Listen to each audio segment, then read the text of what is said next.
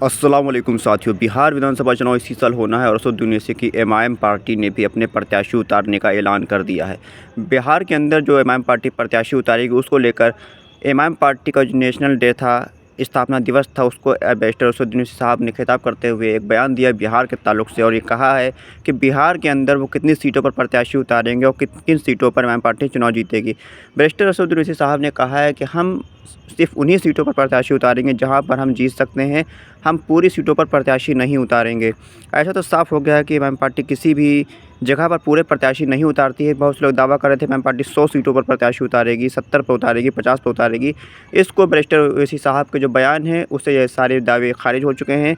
Barrister Owaisi साहब उन्हीं सीटों पर प्रत्याशी उतारेंगे जहाँ पर एमआईएम पार्टी मजबूत होगी, चुनाव जीतने की स्थिति में होगी। अगर हम बात करें कि एमआईएम पार्टी किन किन सीटों पर मजबूत है, किन किन सीटों पर प्रत्याशी अपने उतारने की स्थिति में है, तो तकरीबन 20 से 25 सीटों पर एमआईएम पार्टी अपने प्रत्याशी उतार सकती है, जहाँ पर एमआईएम पार्टी काफ़ी ज़्यादा मजबूत स्थिति में बताई जा रही है। पिछले बार भी एआईएमआईएम पार्टी ने यहाँ पर 19 सीटों पर प्रत्याशी उतारे थे, जिसमें से 5 सीटों पर उसकी बड़ी जीत हासिल हुई थी और कई सीटों पर एमआईएम पार्टी अच्छे खासे वोट लेकर आई थी। 5 सीटों में से 4 प्रत्याशी एमआईएम पार्टी को छोड़कर आरजेडी में शामिल हो गए थे। हालांकि इन सीटों पर एमआईएम पार्टी का दबदबा आज भी बरकरार है। एमआईएम पार्टी यहाँ पर आज भी चुनाव जीतने की स्थिति में है और जिन लोगों ने एमआईएम को धोखा दिया था उन लोगों के ताल्लुक से भी बैरिस्टर ओवैसी साहब पूरी तरीके से तैयारी कर रहे हैं, उनको सबक सिखाने के लिए, उनको इस बार हरवाने के लिए। एमआईएम पार्टी के जो प्रदेश अध्यक्ष अख्तरुल साहब हैं पूरी मेहनत कर रहे हैं, पूरे बिहार के अंदर दौरे कर रहे हैं और एमआईएम पार्टी के जो तमाम कार्यकर्ता और नेता लोग हैं एमआईएम पार्टी के लिए प्रचार प्रसार करने में लग गए हैं। अक्टूबर या नवंबर के अंदर यहाँ पर विधानसभा का चुनाव होना है और बैरिस्टर ओवैसी साहब भी यहाँ पर जल्द से जल्द आने वाले हैं। एमआईएम पार्टी के जो चुनाव लड़ने की रणनीति है उस रणनीति पुरानी रणनीति के तहत एमआईएम पार्टी चुनाव लड़ेगी। यहाँ पर जिस तरह से बाकी जगह पर एमआईएम पार्टी ने कम से कम प्रत्याशी उतारकर अच्छे से अच्छी जीत हासिल करी है, उसी तरह से यहाँ भी कम से कम प्रत्याशी उतारकर ज़्यादा मेहनत कर अच्छी जीत हासिल करने की कोशिश बिहार के अंदर एमआईएम पार्टी करेगी और पुराने प्रदर्शन को दोहराने की कोशिश करेगी, क्योंकि एमआईएम पार्टी ने यहाँ पर 5 सीटें जीती थी।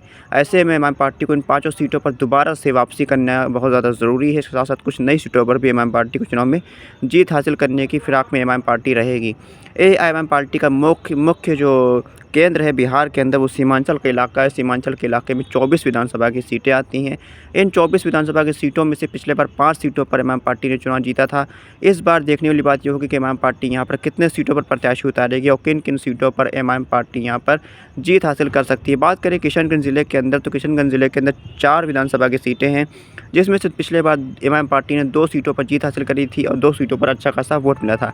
इस बार एमआईएम पार्टी इन 4 सीटों पर जीत हासिल करने की कोशिश करेगी। साथ ही साथ अररिया के अंदर जो कि हाट में भी एमआईएम पार्टी अब्दुल्ला सलीम साहब को टिकट इस बार नहीं देकर मुखिया मुर्शीद आलम को टिकट दे सकती है और राणा रंजीत सिंह भी शिवहर की ढाका विधानसभा सीट से चुनाव लड़ सकते हैं। इसके साथ साथ अररिया सदर सीट पर भी राशिद अनवर साहब चुनाव लड़ सकते हैं।